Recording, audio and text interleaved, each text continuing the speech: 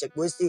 Padahal cenah kami teh nyiptakeun bumi, nyiptakeun daun, nyiptakeun gunung keur supaya dipikiran keur manehna bahwasana cing jadi eling kai.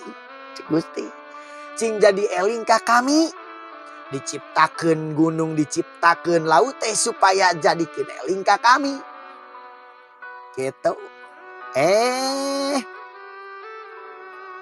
Gitu. Sanu bisa eling kadinya ngan saukur pirang-pirang jalma anu ngabarogaan ilmu, jalma anu ngararaji, jalma anu daek deukeut ka Allah nungtut ilmu. Daek ngadengikeun nasihat-nasihat guru urang, daek ngadengikeun nasihat-nasihat para ulama, para wali, para sholihin.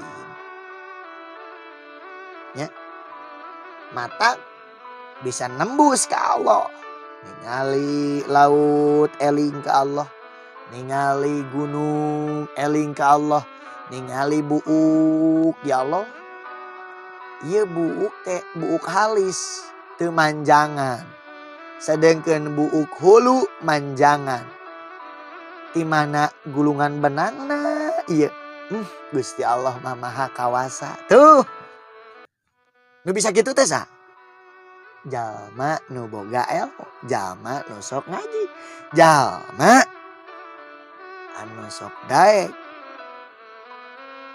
ngadengikeun nasihat-nasihatna para ulama, guru-guru urang. Ku zaman ayeuna mah ustad teh di dengkian, ustad teh di jauhan, kiai teh di ijidan, wali teh di musuhan. Allah. Ya. Bismillahirrahmanirrahim. Ila hadratin Nabil Mustafa Rasulillahi sallallahu alaihi wasallam wa ala alihi wa ashabihi wa azwajihi wa dzurriyyatihi wa ahli baitihil kiram syai'ulillahi lahumul fatihah. A'udzu billahi minasy syaithanir rajim. Bismillahirrahmanirrahim. Alhamdulillahi rabbil alamin. Ar-Rahmanir-Rahim. Maliki yaumiddin.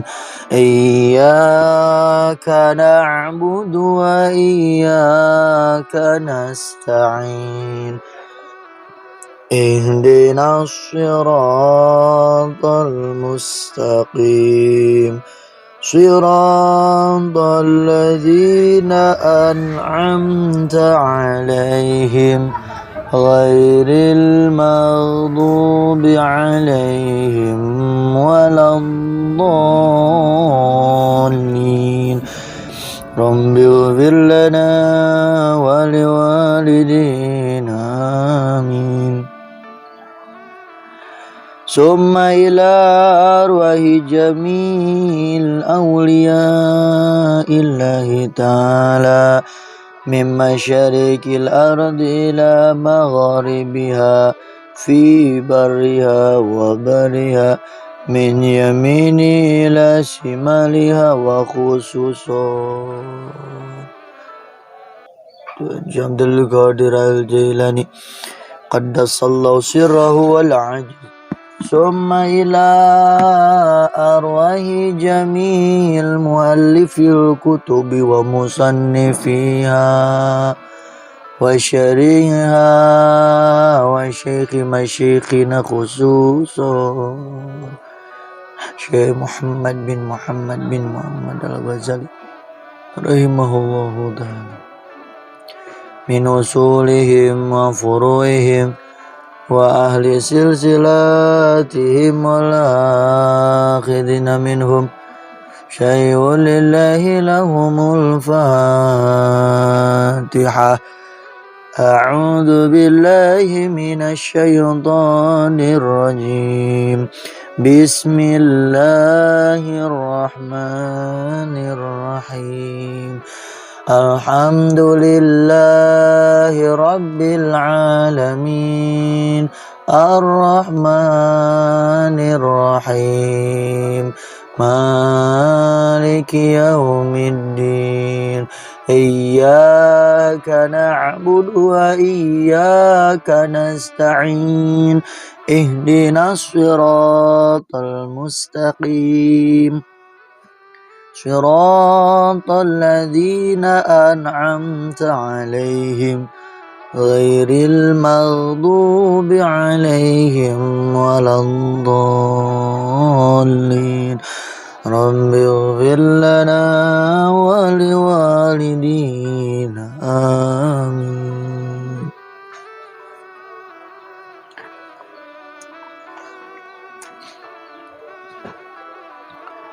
Bismillahirrahmanirrahim. Qala al-muallifu rahimahullahu ta'ala wa nafa'ana bihi wa bi ulumihim bid daraini amin ya Allah ya rabbal alamin. Parantos ngandika nyatana pangarsa mamajengan musannif kersana Syekh Muhammad bin Muhammad Al-Ghazali. Ya orang doakan mudah-mudahan beliau selalu aidina rahmatna Allah subhanahu wa ta'ala. Oge urang anu ngaoskana ieu kitab pamudah-mudahan urang sadayana dipaparinan ilmu anu bermanfaat, dipaparinan ilmu anu barokah, dipaparinan taufik sareng hidayahna Allah subhanahu wa ta'ala. Amin ya Allah ya rabbal alamin. Bismillahirrahmanirrahim. Al-babul awwalu aribab anu kahijina fi fadlil ilmi eta tetep dina martelakeun padilahna ilmu wa ta'limi jeung martelakeun padilahna ngajarkeun ilmu wa ta'allumi jeung padilahna ngaji ilmu wasawahidi jeung martelakeun pirang-pirang dalilna fadlul ilmi wa ta'lim wa ta'allum anu tetep ieu dalil teh minan naqli tina dalil anu ditukil tina Quran, tina hadis, tina asar. Wal aqli jeung nu tetep ieu dalil teh tina dalil akli, tina dalil akal. Mana dalilna ilmu teh unggul tinu lain tah dalil Quran, tah hadisna, tah perkataan sahabatna, tah ceuk akalna bahwasana ilmu eta unggul tinu lain, tah dalil ceuk akal teh bakal dibejaan. Fadilatul ilmi ari ieu eta fadilah mertelakeun padilahna ilmu. Urang nyaokeun padilahna ilmu. Sawaiduha ari pirang-pirang dalilna fadilatul ilmi. Mana mang dalilna bahwasana ilmu teh unggul. Padilahna ilmu. Nu tetep minal Qur'ani tina Al-Qur'an. Qauluhu eta dawan Gusti Allah Ta'ala. Syahidallahu annahu la ilaha illa huwa wal malaikatu wa ulul ilmi qaiman bil qisti. Al-ayah. Syahidan nyaksian sa Allah Gusti Allah. Gusti Allah bersaksi. Annahu kana yen sesuna Gusti Allah la ilaha eta teu aya deui pangeran anu wajib diibadahan illa huwa angin ngungkul Gusti Allah. Wajeng geus nyaksi sal malaikatu malaikat. Wajeng geus nyaksi saulul ilmi pirang-pirang jalma anu ngabogaan ilmu akhirat.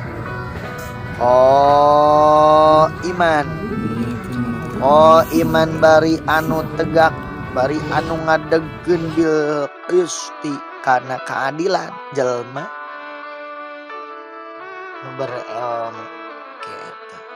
Mana mang padilahna? Tinggal pangdur tak kudu ningali anjeun kae pabadaa barianan kumaha ngamimitiana Gusti Allah Subhanahu wa ta'ala binafsi kudatna Allah wasanna jeung ngaduakeun nganomorduakeun Gusti Allah bil malaikat ka malaikat wasallasa jeung nganomor tilukeun Gusti Allah bi ahlil ilmi ka ahli ilmu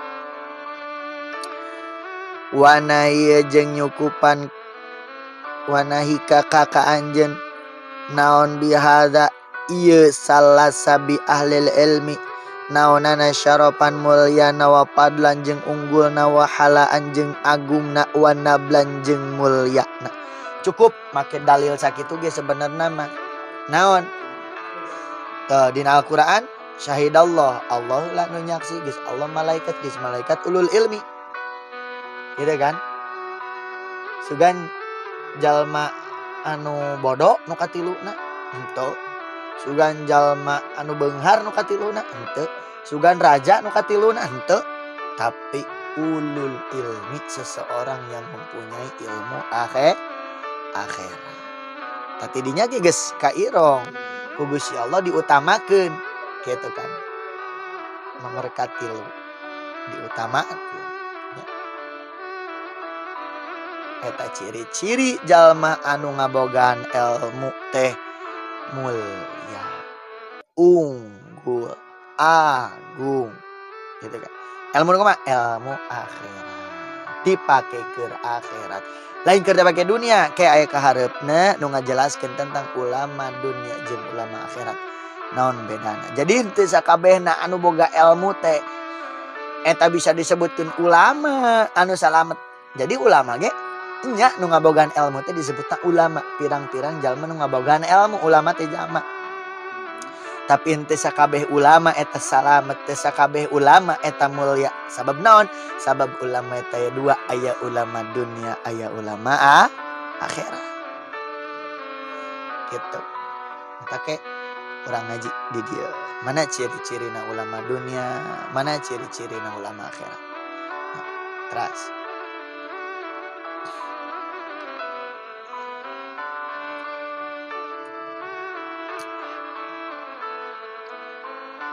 wa qala jeung ngadausa Allah Gusti Allah taala yarfa'i ngaluhurkeun sa Allah Gusti Allah alladzina kanu jalma-jalma amanu anu ngarimankeun ieu alladzina minggu manu tetep ti maraneh kabeh wa jeung ngangkatkeun Gusti Allah alladzina qaranu jalma-jalma utu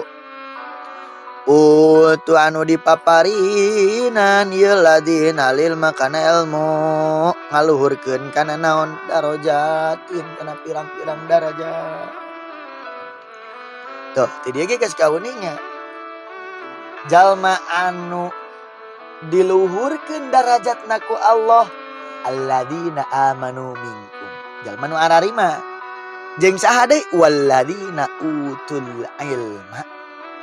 Jalma nu dipaparinan jalma nu ngabogaan ya Allah eta diangkatkeun darajatna nya gitu. Heueuh mang jalma nu boga ilmu nu kumaha ulama nu kumaha nya eta di dieu khitabna mah sebenarnya maka ulama akhirat. Iya tuh mang sebutin ciri-cirina ulama akhirat yang ke di hari nya. Wa qala ngadausa Ibnu Abbas Imam Ibnu Abbas radhiya muga ngaridoan sallallahu Gusti Allah anhuma ka Imam Ibnu Abbas jeung ka Abbas lil ulama'i eta tetepikeun pirang-pirang jalma nu ngabogaan ilmu, eta tetepikeun pirang-pirang ulama darajatun ari pirang-pirang darajat fauqal mukminina anu aya dina saluhureun pirang-pirang jalma nu ararima. Luhur sakumaha bisabai mi'ati darajatin kalawan 700 derajat. Bedana teh nya. Ma ari perkara jarak baina darajataini nu aya di antarana dua darajat. Masirotun eta teh masiratu khamsimiati amin eta sapalakonan eta palakonan 500 tahuneun. Jalma nu iman tapi teu boga ilmu jeung jalma nu iman bari ngabogaan ilmu eta darajatna beda. Hamang darajatna beda. Teu dina hiji darjah kana darjah sejen aya 700 derajat. Bedana teh 700 derajat. Tina darjah kahiji kana darjah kadua teh tupikeun ka 3 ka 4 dina sadarjah kadua darjah teh eta ibaratkeun jauhna sapalakonan 500 tahun jauhna. Tina mukacida luhurna jalma anu iman ka Allah bari ngabogaan ilmu jeung jalma iman ka Allah tapi teu ngabogaan ilmu eta jauh kacida. Ya. Teras waqala jeung ngadau Gusti Allah azza wa jalla kana lapad kul kudu ngucapkeun anjeun wahai Muhammad kana lapad hal yastawi nah sarua saladina aranu jalma-jalma ya alamuna anu ngabogaan ilmu iladina waladina jeung aranu jalma-jalma la ya alamuna anu teu ngabogaan ilmu iladina. Gusti Allah kanjeng sok ucapkeun ku anjeun hal yastawi alladina ya'lamuna walladina la ya'lamun. Sok artinya apakah sarua jalma anu ngabogaan ilmu jeung jalma anu teu ngabogaan ilmu? Tuh. Eta teh nanya bimakna netepkeun bahwasana jalma anu ngabogaan ilmu jeung jalma anu teu ngabogaan ilmu eta teh beda jauh darajat. Beda jauh kamuliaanna di hadapan Allah Subhanahu wa taala. Mangceun anu boga ilmu ge geuning malah loba kasus buktina pesantren anu malah mencabuli anu kan ti tadi ge nyarios. Ieu khitabna ieu ditujuna keur jalmi anu ngabogaan ilmu akhirat tur diamalkeun disebutna ulama akhirat. Ai palebah jalma anu loba ilmuna boga ilmuna tapi teu diparake mah eta mah ulama dunya. Beda deui mah. Ieu mah khitabna keur ulama-ulama akhirat nya. Ka aya deui di ditu siksaana ulama dunia aya deui. Engke deui nya. Nya kitu. Teras wa qala jeung ngadau Gusti Allah taala kana lapad innama yakhsyallaha min ibadihil ulama.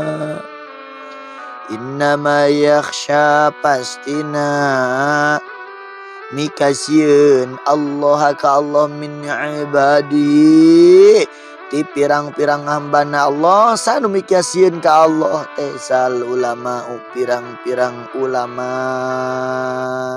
nu mana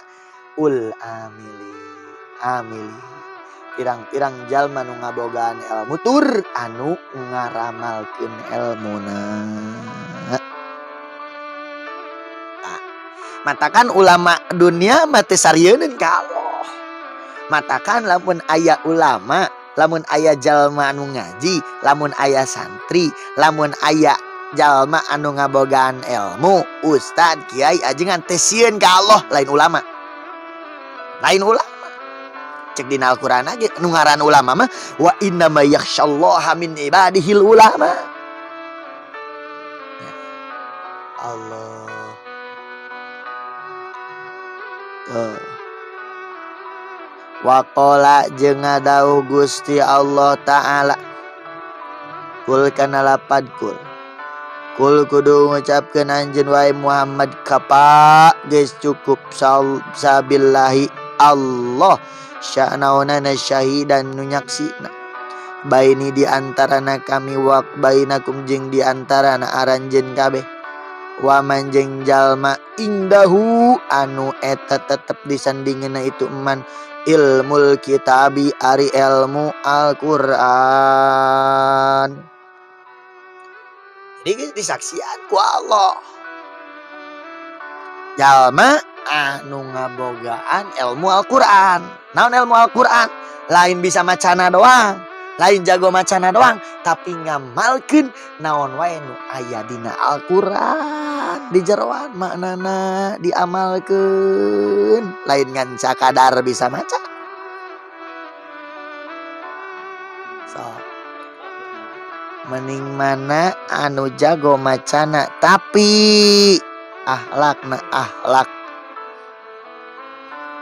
teu make Quran hiji deui rada biasa maca Quran mah tau balelol tapi akhlakna akhlak Al-Qur'an.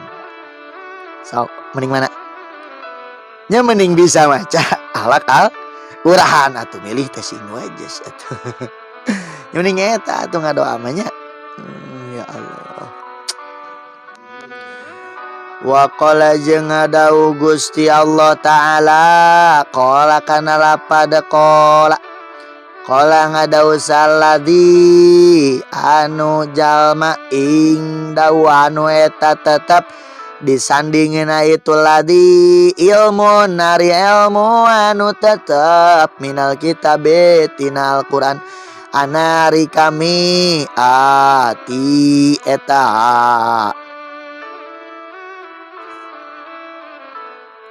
eta ngadatangkeun kami ka anjeun bihi ngadatangkeun bihi kana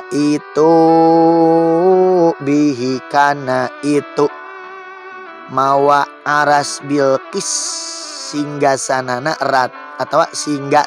Ratu Bilqis. Ya. Tuh. Tanbian alayanya tanbian lantaran ngelingan ala anau kana sesunetul ladi aqtadiru eta kawasaeun kuateun itu aladi bikuatil ilmi kusabab kekuatan ilmu. Ya.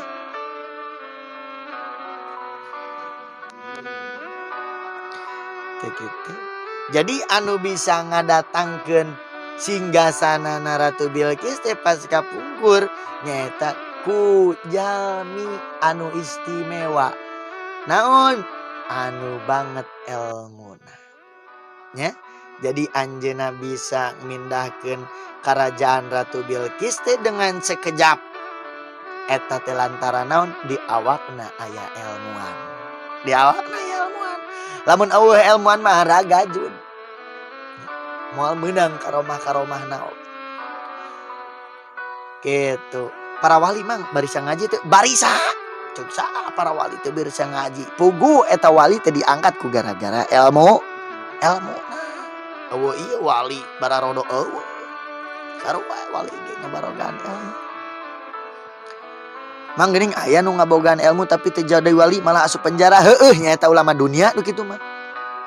Jadi aramalkeun ilmuna teh. Gitu.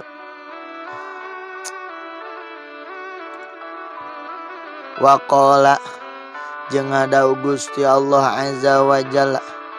Wa qala jeung ngadauh salladzina ranu jalma utu anu dipaparinan ieu ladina ilma kana ilmu waelukum karuksakan aranjeun kabeh sawabullah ari ganjaran Gusti Allah khairun eta teh leuwih alus liman pikeun anu jalma amananu ngarimankeun ieu man ka Allah wa amila jeung ngamalkeun ieu man ngamalkeun sholihan kana anu sae kana anu bagus kana anu maslahat.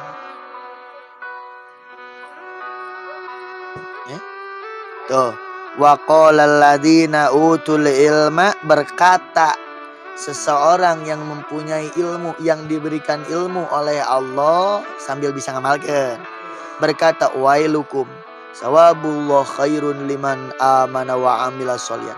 Cilaka keur mararaneh nu teu iman ka Allah jeung nu teu tara daek ngamalkeun elmuna. Hayo. Sabab naon? Hina. Sedengkeun ari ganjaran Allah eta leuwih alus pikeun jalma anu ariman ka Allah anu sok ngamalkeun kana elmuna. Amalan sok lian soleh-soleh teh kade lain bageur ngan saukur ka kolotna doang, lain bageur ka batur, lain bageur ka guruna doang, tapi bageur ka Allah ku cara ngamalkeun elmuna, bageur ka Rasulullah ku cara ngalaksanakeun pasunahan-pasunahanna. Eta nu ngaran soleh mah, eta nu ngaran bageur mah gitu.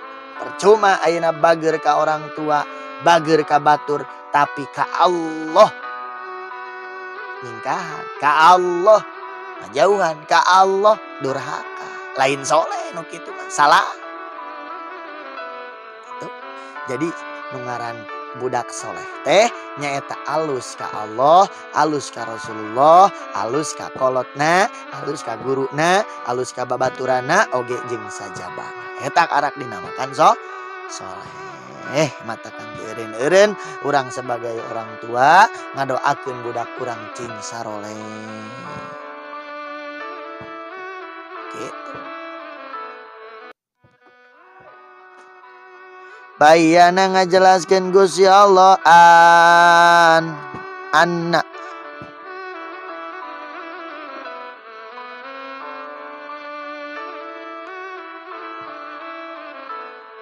azma qadril akhirati yen saestuna agungna darajat akhirat yu'lamu eta dikanyaokeun ieu azam bil ilmi ku ilmu. Wa qala jeung ngadawu Gusti Allah taala watil kana lapad watil kal amsalu jeung ari itu pirang-pirang perumpamaan. Nadribu eta mertelakeun kamiha kana itu amsilah lin nasi pikeun jalma-jalma wa ma yaqilu jeung henteu berpikir jeung tara daek mikir teu bisa mikir kana itu amsal saillal alimun anjing pirang-pirang jalma anu ngabogaan ilmu. Cek Gusti padahal cenah kami teh nyiptakeun bumi, nyiptakeun daun, nyiptakeun gunung keur supaya dipikiran keur manehna bahwasana cing jadi eling kai. Cek Gusti cing jadi eling ka kami, diciptakeun gunung, diciptakeun laut teh supaya jadikeun eling ka kami. Gitu. Gitu. Sanu bisa eling kadinya ngan saukur pirang-pirang jalma anu ngabarogaan ilmu, jalma anu ngararaji, jalma anu daek deukeut ka Allah nungtut ilmu. Daek ngadengikeun nasihat-nasihat guru urang, daek ngadengikeun nasihat-nasihat para ulama, para wali, para sholihin. Ya. Mata bisa nembus ke Allah. ningali laut eling ka Allah, ningali gunung eling ka Allah, ningali buuk ya Allah. Ieu buuk teh buuk halis teu manjangan. Sedengkeun buuk hulu manjangan. Di mana gulungan benangna ieu. Gusti Allah mah maha kawasa. Tuh. Nu bisa kitu teh sa? Jalma nu boga ilmu, jalma nu sok ngaji, jalma anu sok daek ndengekeun nasihat-nasihatna para ulama, guru-guru urang.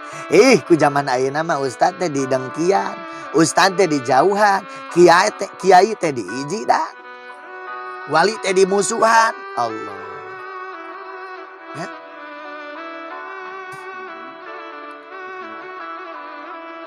Seperti gitu. Cing atuh urang teh kudu cing jadi jalma anu ngaji. Lamun teu bisa ngaji nyantri, cing jadi jalma anu ngadengekeun ngaji. Lamun teu bisa ngadengekeun da teu sempet waktuna, cing daek ngahidmah kanu guru-guru urang ka ulama. Gitu kan. Tong jadi jalma nu kaopat naon? Teu ngaji. Naon deui?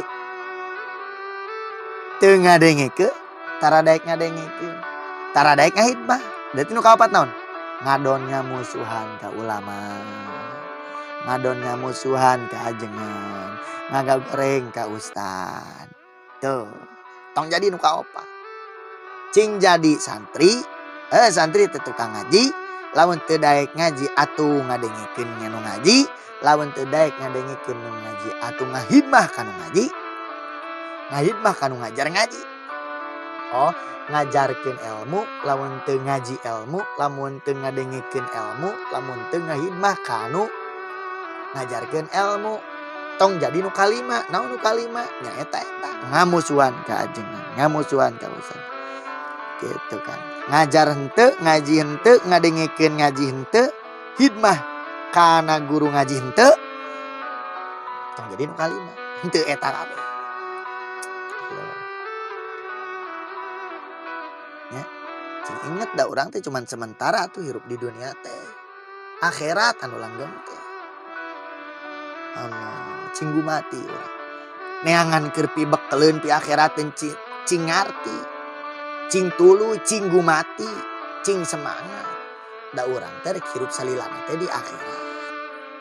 Da urang nya eta kabobodo wae ku dunya. Kabobodo wae ku perkara anu harita bea. Bijil tai, koneng cemplung kana walungan. Gitu. Nu di pikiran sapoe saputing teh tai we nu bakal jadi tai naon. Heeh. Di barang emameun gitu. Sehingga poho ka Allah, poho kana kewajibanana, poho kana pasunahanana. Gitu kan. Nya setidakna lah urang cek tadi ge lamun teu bisa ngajar ilmu atuh ngaji ilmu. Lamun teu bisa ngaji na atuh ngadengekeunana. Mun teu bisa ngadengekeunana atuh hidmahna cintana we lah ka ulama ka ustad. Lamun teu bisa cintana entong nu kaopat. Ngamusuhan bae ka ulama teh Gusti. Cing atuh ka cing karunya ka ulama teh. Wa qala jeung ngadau Gusti Allah Ta'ala. Walau rodu jeung lamun teu ngabalikeun ieu munafikun hukana itu khobar. Ila rasuli ka Rasulullah wa ila ulil amri jeung ka pirang-pirang ulul amri pamarentah. Minhum anu tetep ti itu sahabat la ilmihi la alima tahyakti nyaho hukana itu khobar saladina aranu jalma-jalma yastanbituda anu ngabeberkeun kabeh hukana itu khobar minhum itu ulul amri. Roda ngabalikeun Gusti Allah hukmau kana hukum Allah fil waqa'i dina pirang-pirang perkara anu tumiba ilastin batihim kana menta ngabeberkeunana kana menta ngabeberkeunana ieu ulul amri wa alaqa jeung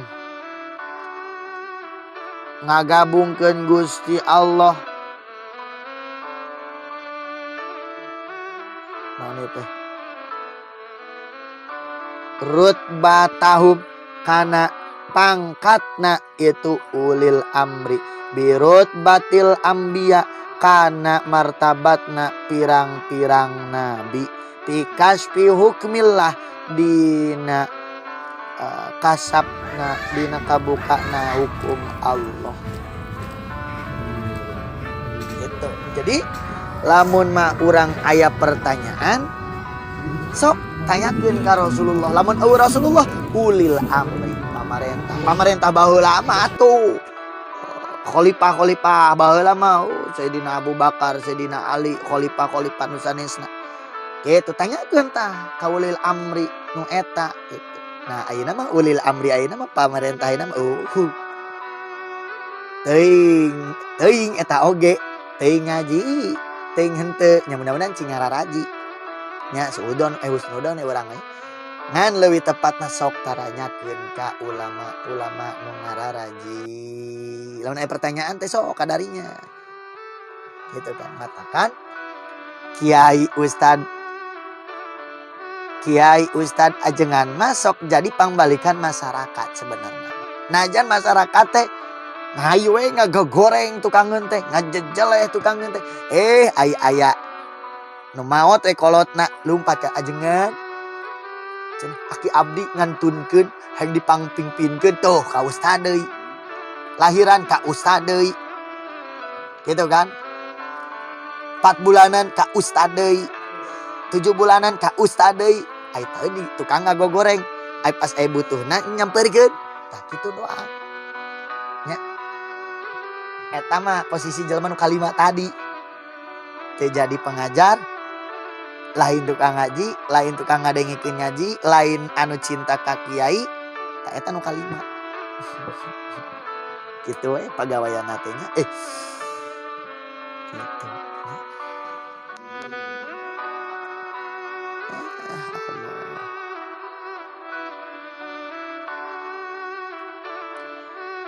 Wakila ejeng dicarioskeun pikauli dina dawan Gusti Allah naon lapad ya bani Adam bani Adam qad anzalna nyatana nurunkeun kami alaikum ka aranjeun kabeh libasan kana pakaian yuari anu nutupan ieu libasau atikum kana pirang-pirang gogoreng aranjeun kabeh yakni ngajelaskeun Gusti Allah al ilma kana ilmu libas didinya teh maksudna libas sok kami teh Kanjeng Nabi Adam kami teh geus nurunkeun pakaian anu mana eta pakaian teh bakal nutupan kana gogoreng anjeun sok pakaian awak kurang teh naon pakaian eta teh ilmu sok teangan ilmu itu maksudna warisan ejeng kana pakaian anu dipake pameran yani ngarepkeun Gusti Allah mal yakina kana kayakinan walibasu taqwa ejeng pakaian sieun ka Allah yani ngajelaskeun Gusti Allah halaya alhaya kana era waqala jeung ngadawu Gusti Allah azza wa jalla walaqad jina jeung yakti nyatana ngadatangkeun kami hum kaitu ku parbi kitabin bi kitabin kana hiji kitab pasolna anu martelakeun kami hukana itu kitab ala ilmin martelakeun kana ilmu wa qala jeung ngadawu Gusti Allah taala fala naqusunna maka kudu ngurangan temenan kami alaihim kaitu kupar bi ilmin kana ilmu. Oh nakusuna maka yakti nyaritakeun kami temenan alaihim kaitu kupar bi ilmin kana ilmu. Wa qala jeung ngadawu Gusti Allah azza wa jalla bal huwa balik dari ari itu Quran teh ayatun teh pirang-pirang ayat bayyinatun anu jelas fi suduril ladina di pirang-pirang dada di pirang-pirang hatena jalma-jalma utu anu dipaparinan illadina lil makana ilmu gitu. Jadi di hatena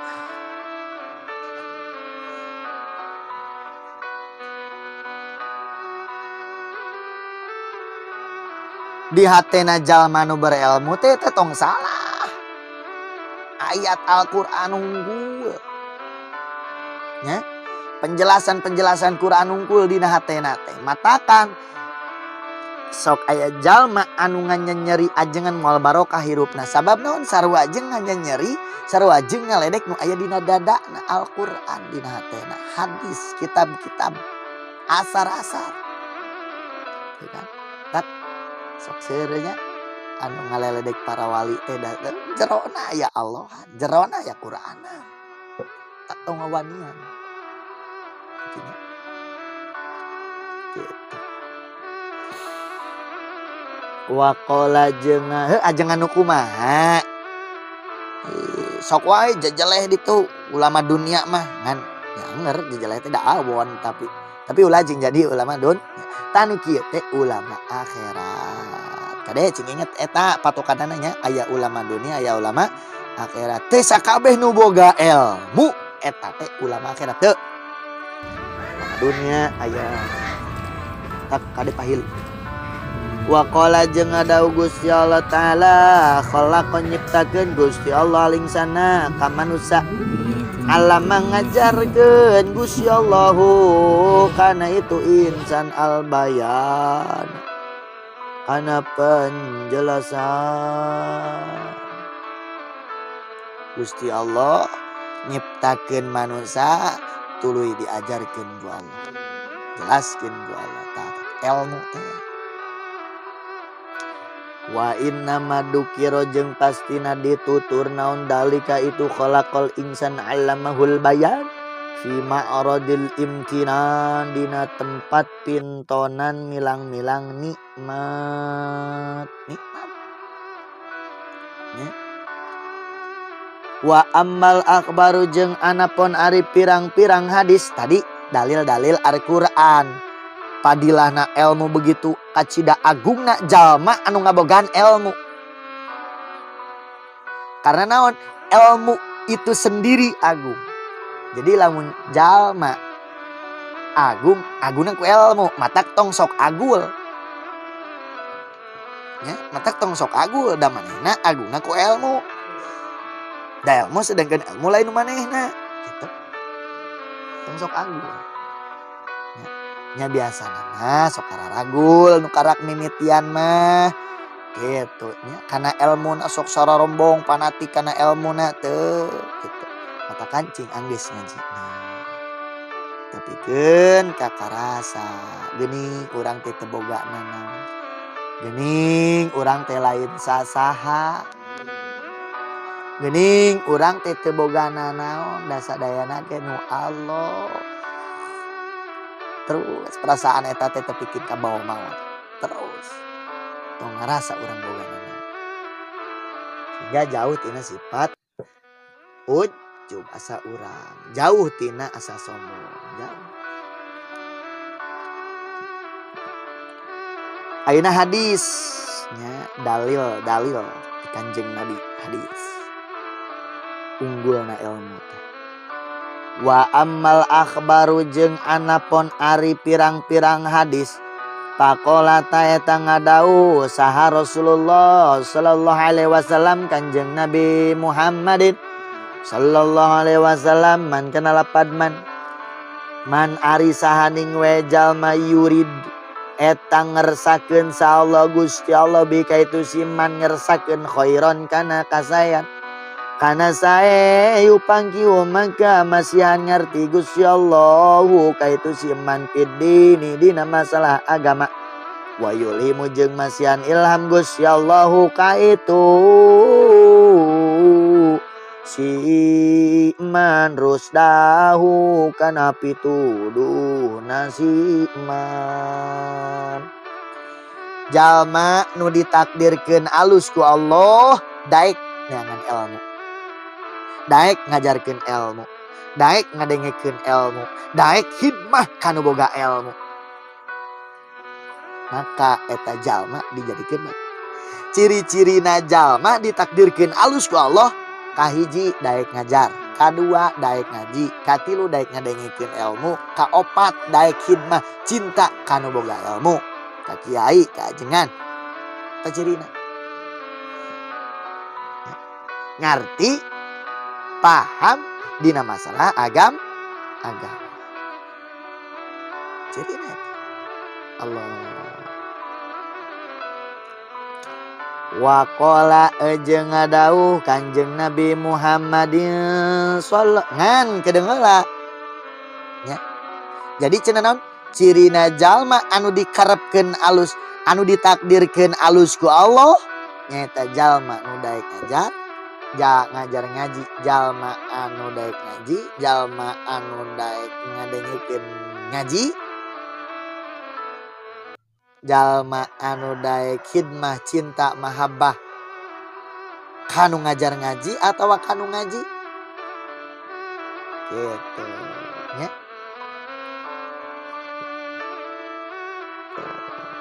Kasaha cenah mang ulama akhirat teh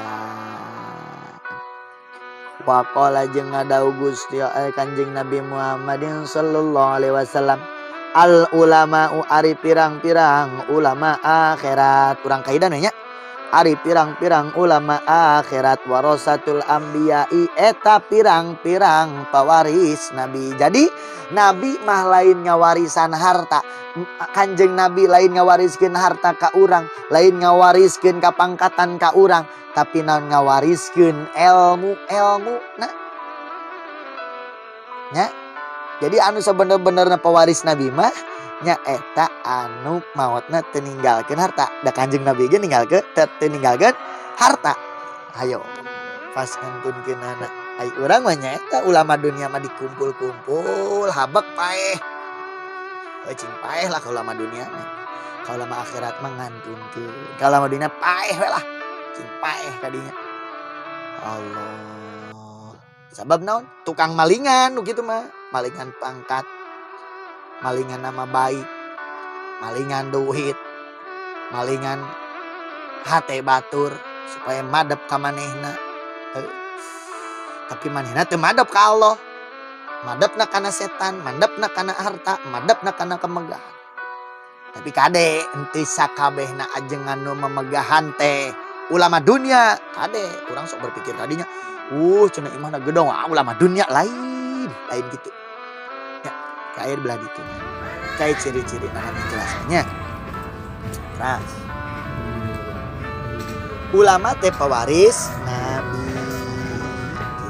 Anu benar-benar pewaris mah nyaeta akhlakna akur jeung Kanjeng Nabi, nurutan Kanjeng Nabi, ibadahna nurutan Kanjeng Nabi, hatekna nurutan ka Kanjeng Nabi, akhlak kasaharianana nurutkeun ka Kanjeng Nabi. Eta ulama warasatul ambiya. Lain ulama warasatu setan. Naon warasatu setan? Anu diwariskeun ku setan dengki, hasud, ambek, godom. Ka Kanjeng Nabi Adam hasud, nipu. Ulama warasatu setan eta mah gitu. Allah. Wa ma'lumun jeung eta teh anu geus kamaklum annahu arien sesuna tingkah sareng kalakuan larut bata eta henteu aya martabat eta maujud teu aya deui martabat maju fauqon nubuwah dina salureun nabi wala syarafa jeung teu aya mul teu aya kamulyaan eta maujud fauqon syarafil wirasati dina salureun mulyana nu nampa waris selitil kerut bati lantaran itu martabat. Martabat tumpang luhurna sa? Nabi. Gitu kan? Tinggal martabat ulun nabi. Terus anu jadi pewaris saha? Ulama. Otomatis meureun anu ninggalkeun warisna ge pangmulyana misalkeun nyata nabi. Berarti anu diwarisinana, anu menang warisanana atuh sarua. Mulyana, martabatna. Nya. Anu menang warisan ti nabi ulama. Sedeke nabi eta pangatna luhur atuh ulama ge berarti sahandapeun nabi pisan. Anu lain ulama nya teuing bara handapeun ulama duh kata ulama akhirat cing tenget kadinya kade urang sok ara rigid ka ulama teh aneh entong sok izin nya awon rek kasasaget teu kenging izin keras.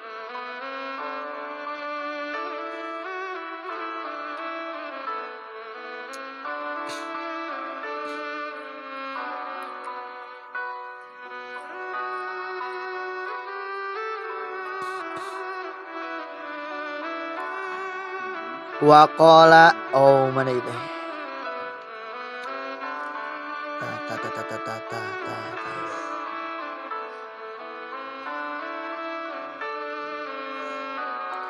Waqala jeung ngadau Kanjeng Nabi Muhammad sallallahu alaihi wasallam yastaghfiru mangmentakeun hampura li alimi pikeun jalma anu boga ilmu.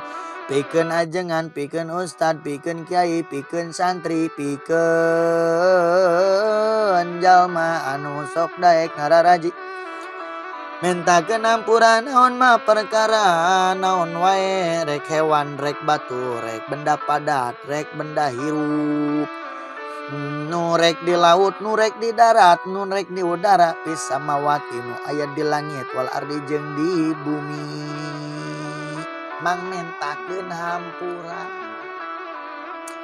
ceuk hayam teh ya Allah hampura simang egi hampura simang anu sabab naon keur ngararaji hampura tuh ceuk taneuh ya Allah abdi didiukan ku simang jahe hampura dosa-dosa mang jahe tuh giclek nincak ka sendal eta jahe cek sendal ya Allah hampura ieu mang jahe tina dosa-dosana sabab ieu mang jahe geus ngaji tuh Allah eta mang jahe teh make baju ceuk baju ya Allah hampura ieu mang jahe sabab ieu mang jahe geus daek ngaji Allah nya kita heuh mana nu daek ngaji bari ngamal ke nu eta maksudna mah kitu. Wa ayyu mansobin jeung ari anu mana wae darajat yazidu eta nungkulkeun ieu mansab ala mansabi man kana darajatna nu jalma tastagilu anu katungkul sa malaikatus samawati malaikat pirang-pirang langit wal ardi jeung malaikat bumi bil istighfari kalawan mangmentakeun hampura lahu kaitu siman pawatari tu siman masgulun eta teh anu katungkul binafsi ku dirina itu siman wahum jeung ari tu malaikatus samawati wal ard masgulun eta teh anu katungkul kabeh bil istighfari kalawan mangmentakeun hampura lahu kaitu siman urang sibuk neangan ilmu urang sibuk cinta kaajengan urang sibuk ngadengikeun ilmu urang sibuk ngajar malaikat sibuk mentakeun hampura ka urang sibuk malaikat mangmentakeun hampura ka urang urangan sugan urang mikiran malaikat mentakeun hampura henteu urang ngajar, urang sibuk ngajar, sibuk ngaji, sibuk ngadengikeun ngaji, sibuk mahabbah, hidmah kaajengan. Sibuk dina masalah kitu. Gitu. Jeung urang, jeung malaikat nyibukeun mangmentakeun hampura ka urang. Urang ngasibukan kitu, malaikat sibuk mangmentakeun dosa-dosa urang. Coba kabita kumaha haji ngeunahkeun paling sajam paling bilangnya kita cek atawa ngupingkeun pengajian rek dina HP rek di imah rek di mana ngupingkeun nasihat-nasihat we teu eureun-eureun keur jaga warung bari ngupingkeun ceramah-ceramah Buya Uci ceramah-ceramah Buya Yahya jeung Sajabi tuh naon hesena kitu sok kitu teh hese ngalawan hawa nafsu.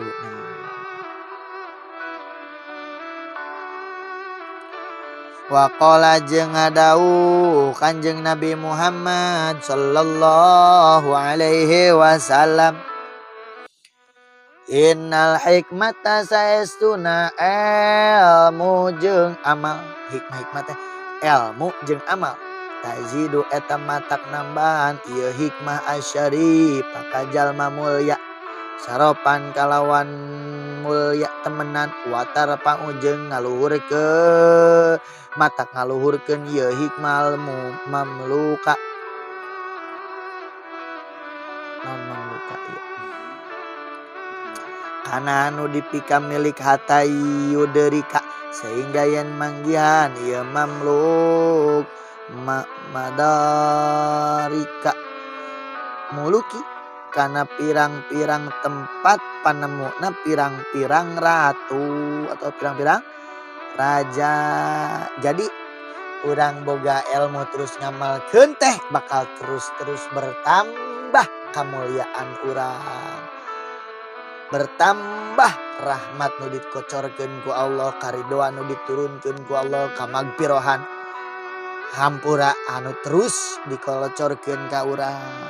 Ilmu jeung amal.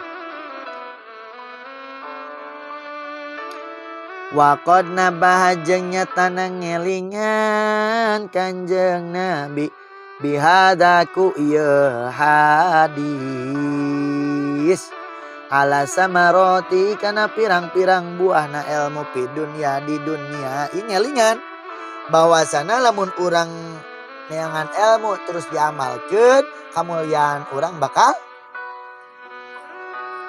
bertambah ku Allah. Begitupun di dunia watar mamluk hatta yudrika madarikal mamluk. Maka urang bakal boga ditambah-tambah kerajaan urang lamun teh memboga duit diberkahkeun dilobakeun. Tuh eta paedahna urang nyokot ilmu teh teu urang melaan ilmu urang melaan ngajar urang melaan ngedengikeun pangajian teh atawa hidmah kaajengan teh itu ieu ngandalkeun eta maka harta urang bakal dilobakeun tur diberkahkeun. Beda deui lamun urang ngudag-ngudag harta tara daek ngajar, tara daek ngaji, tara daek ngadengikeun nasihat-nasihat ulama-ulama, tara daek hidmah ngan ukur benci we kaajengan. Cadu lamun hartana barokah, cadu lamun harta nambah loba. Sok kapusing aya ge nyekel eta harta. Awas. Mata jadi kapusing. Semakin dunia dikejar, semakin menjauh. Semakin dunia dijauhkan, dijauhi demi nu opat tadi. Demi ngajar ngaji ngadengnya mahabah kana ilmu. Mahabah kana ilmu, mahabah ka ajenganna, mahabah ka ieu. Maka dunia bakal nyampurkeun urang. Kade ketika dunia dicampurkeun tong kabita. Cukup dina leungeun dunia mah hat ulah dikahatekeun, cukup dunia mah na leungeun, ulah dikahatekeun. Genggam na leungeun, ulah dikahatekeun, ulah dihatean. Cukup.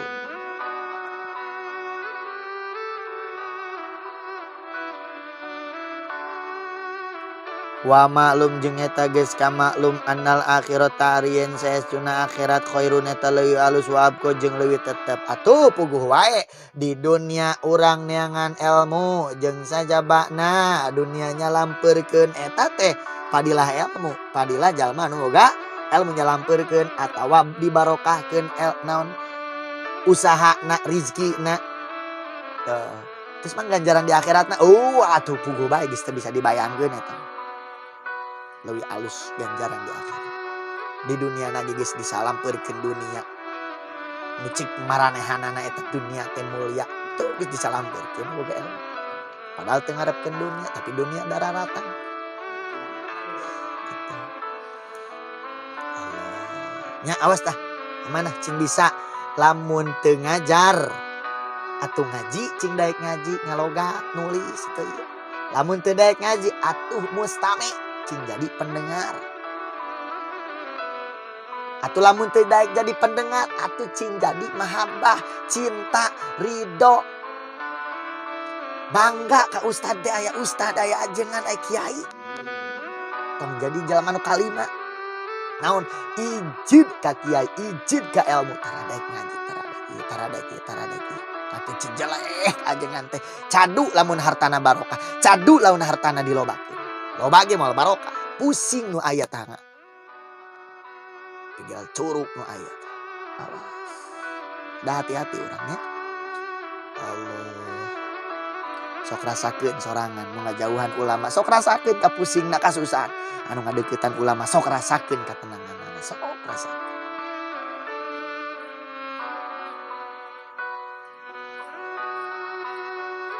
Wa qala jeung ngadawuh Kanjeng Nabi Muhammadin sallallahu alaihi wasallam.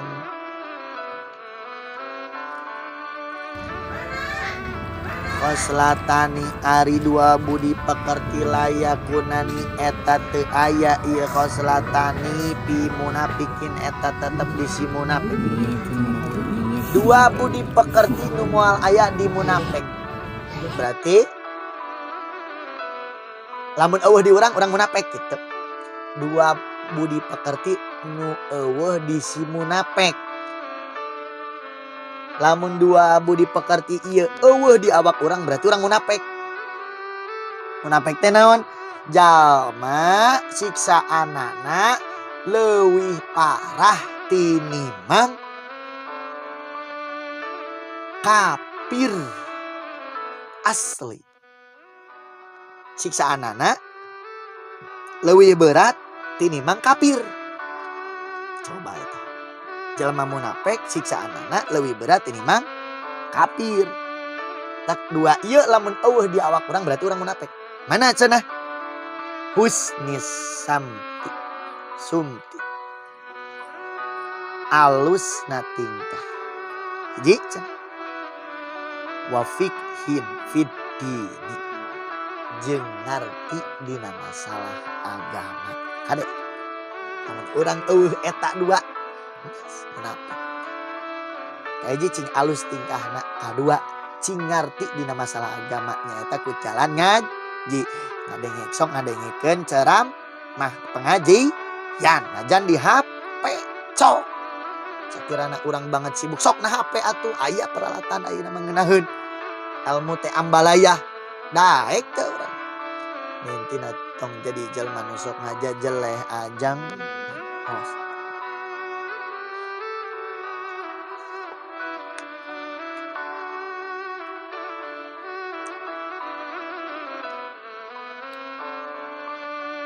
Wala tasyukkan jeung ulang ngamang-mangkeun temenan aranjeun kabeh. Anjeun til hadisi dina hadis lin nifaqi ba'di fuqaha izzamani lantaran munafik nasawareh pirang-pirang ahli fikih dina zaman ayeuna. Painau kana saestuna badu fuqaha izzaman ma aroda eta tara ngarepkeun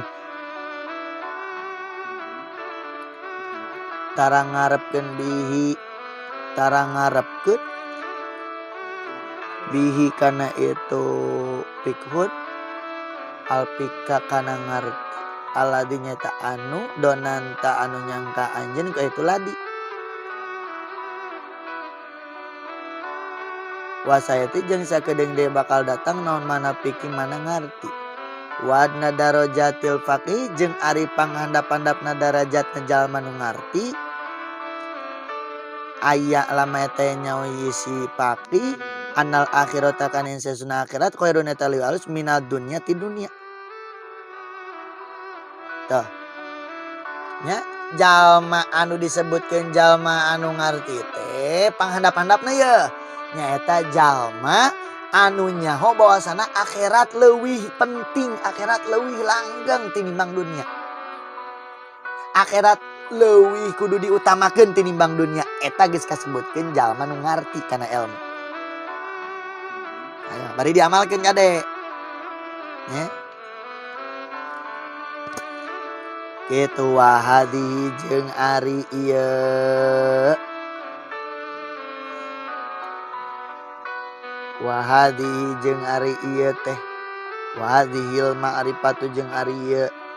Kamaripatan ida sodakot eta di mana-mana nemen-nemen ieu hadihi wa golabat jeung ali diadi alaihi kaitu pakih bariun bari'at tah bersih ieu paki biya kusabab ieu hadil marifa minan nifaqi tina sifat munafik waria jeung sifat ria.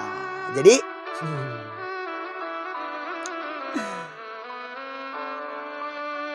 panghandap-handap napakih teh jalma nu ngarti teh nyaeta jalma anu nyaho jalma anu ngarti bahwasana akhirat leuwih penting tibatan dunia. Akhirat mulia dunia hina. Akhirat kudu dipangheulakeun, dunia kudu dipandeurikeun.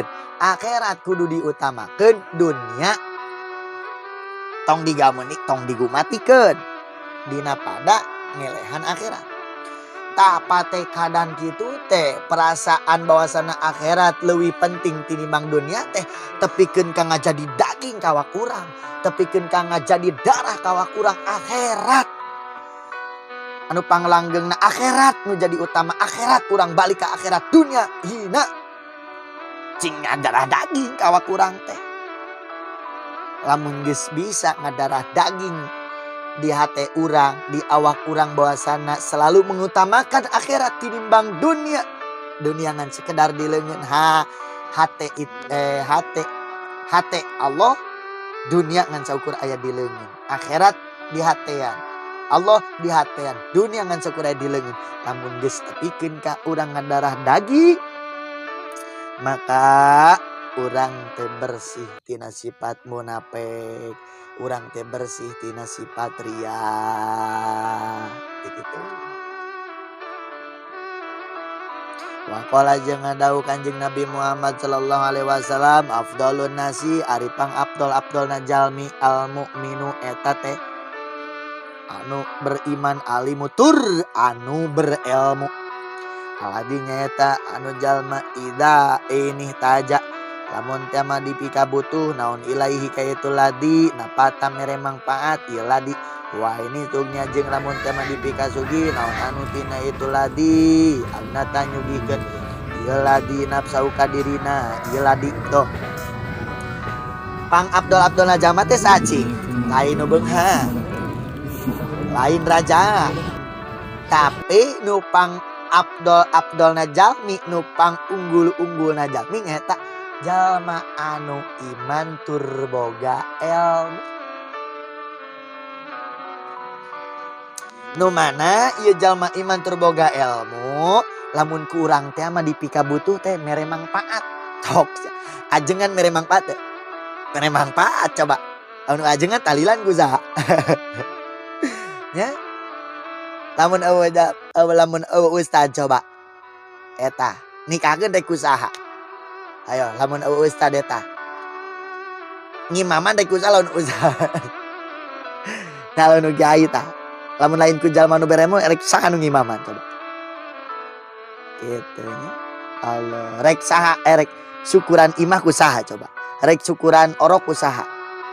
Sok rek marhabaan orok kusaha. Rek mungkus mayit, rek mandian mayit kusaha lamun eueuh.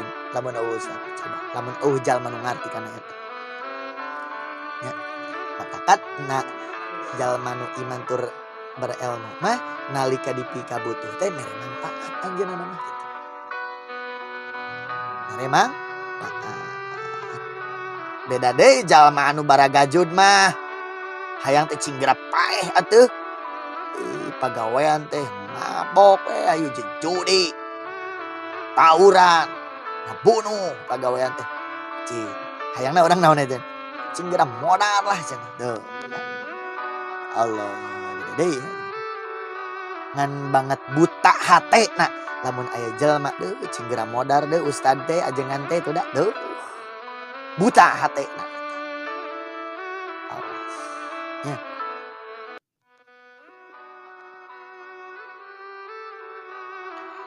Waqala jeung ngadawuh Kanjeng Nabi Muhammad sallallahu alaihi wasallam.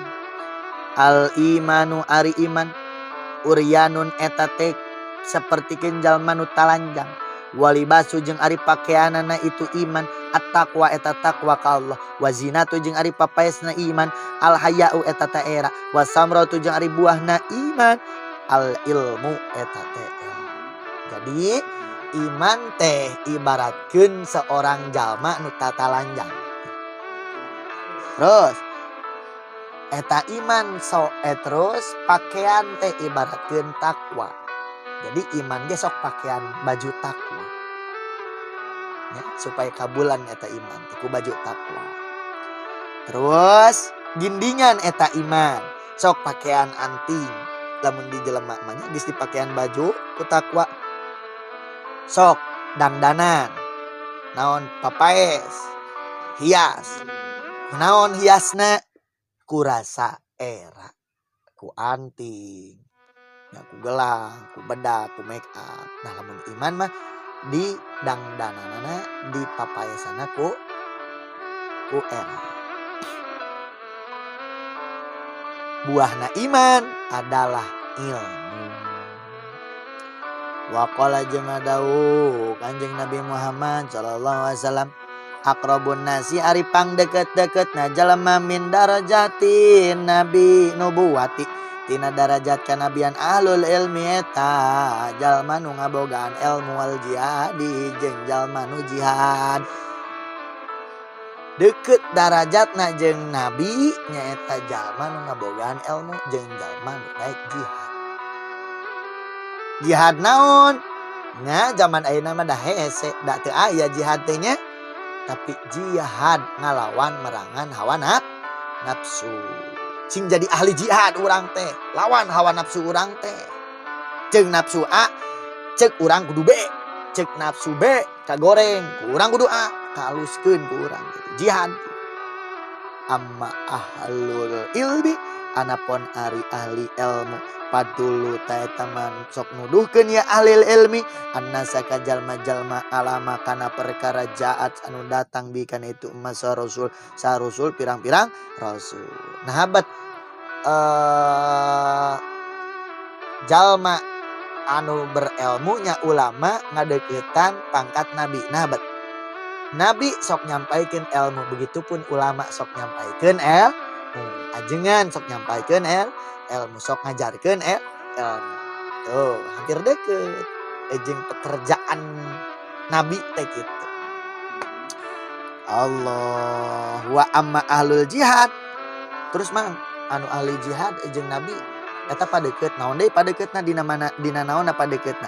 Wa ma ahlul jihadi jeung anapun ari ahli perang, ahli jihad nu sok perang pajahadu tahjihad para rasul bi asyapin ku make pirang-pirang pedangna itu ahli jihad alama kana perkara jaat anu datang bikan ku itu kain itu mate sa rasul da para rasul para nabi sok jarari ketika urang ikut jihad sarua berarti deket kana pangkat kanabian lain jadi nabi kade deket kana pangkat kanabian sabab naon nabi sok jihad urang ge sok jihad gitu.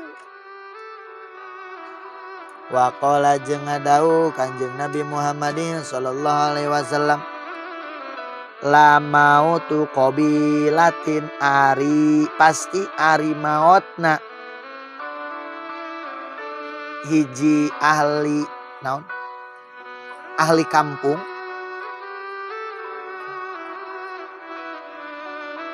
Aisaru eta teu leuwih anteng min mauti alimin tinimbang maotna jalma nu berilmu. Cingkeueung nalika ulama maot teh cingkeueung. Da beda maotna jalma biasa jeung ulama beda. Cingkeueung. Cing ngabogaan sakeun. Tinggalkeun ku para wali Allah, ku para ulama akhirat, ku ajengan kiai anu arari ikhlas. Cing sarareueung. Allah. Gitu kan. Hese ngagantikeunana deui. Ai presiden mah loba penggantina. Gubernur loba penggantina. RT RW loba penggantina. Ieu kiai ajengan hese ngagantikeun hese. Apalagi nu arari ikhlas. Nu makrifat ka Allah, tauhidna tajem ka Allah. Gitu. Ngan ai ulama dunia mah dah loba ngajajar sisi jalan ge eta.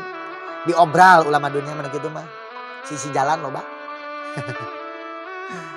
Allah. Waqala jeung ngadau Kanjeng Nabi Muhammad, waqala ngadau Kanjeng Nabi Muhammad alaihi salatu wassalam. Annasu ari jelema ma'adinun eta teh pirang-pirang pondas. Asal eta teh pirang-pirang pedoman. Naon asal atuh? Kama adini dabi sapertikeun pirang-pirang asalna emas wa fidati jeung perak. Fakhiyaru makari pang bagus-bagusna ieu nas fil jahiliyati dina zaman jahiliyah. Khiyaruhum eta pang alus-alusna ieu nas fil islami dina Islam ida faqahu di mana-mana ngarti agama ieu khiyaruhu. Jadi nu intina pang bagus-bagusna jalma nyaeta anu ngarti dina masalah agama. Kade tong sok ngarasa halus abong aya hadis ieu. Aing cenah ajengan. Aing cenah ustad pang alus-alusna jelema. Marane hararina urang utama mah cenah ilmu. Heueuh nu kitu mah ulama dunya. Kita di oge. Ade. Wa qala jeung ngadau Kanjeng Nabi Muhammad sallallahu alaihi wasallam. Yuzanu bakal ditimbang yaumal kiamat dina poe kiamat naon midadul ulama imang sana ulama bidami syuhadai ku getina pirang-pirang jalma anu maot syahid. Ulama mah selama hidupna nu bermanfaat eta keur ngajarkeun, keur ngaji jeung sajabana eta bakal ditimbang dengan ganjaran seakan-akan getih nu maot syahid. Seakan-akan tiap detik tiap menit nate jihad we ka Allah. Getihna getih perang dihitung. Detik ieu oh keur perang padahal keur ngaji, detik ieu oh keur perang padahal keur ngajar, detik ieu oh keur ngawuruk di anu oh berarti keur perang gitu. Jadi seakan-akan eta ulama nu sok ngajar, nu sok ngaji teh eta di poe kiamat nanti ditimbangna kumaha timbangan getihna jalma anu maot syahid. Jadi seakan-akan eta ulama teh terus jihad fisabilillah dina waktuna. Jadi urang ngajar kieu teh keur jihad, ngaji kieu teh keur jihad. Wa qala sallallahu alaihi wasallam wallahu a'lam bishawab bila daratin nabiyil mustafa rasulillah sallallahu alaihi wasallam al-fatihah.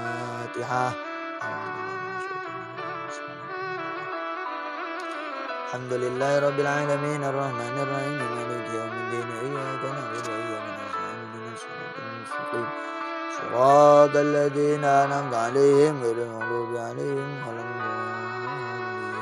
Rabbir lana wa liwalidina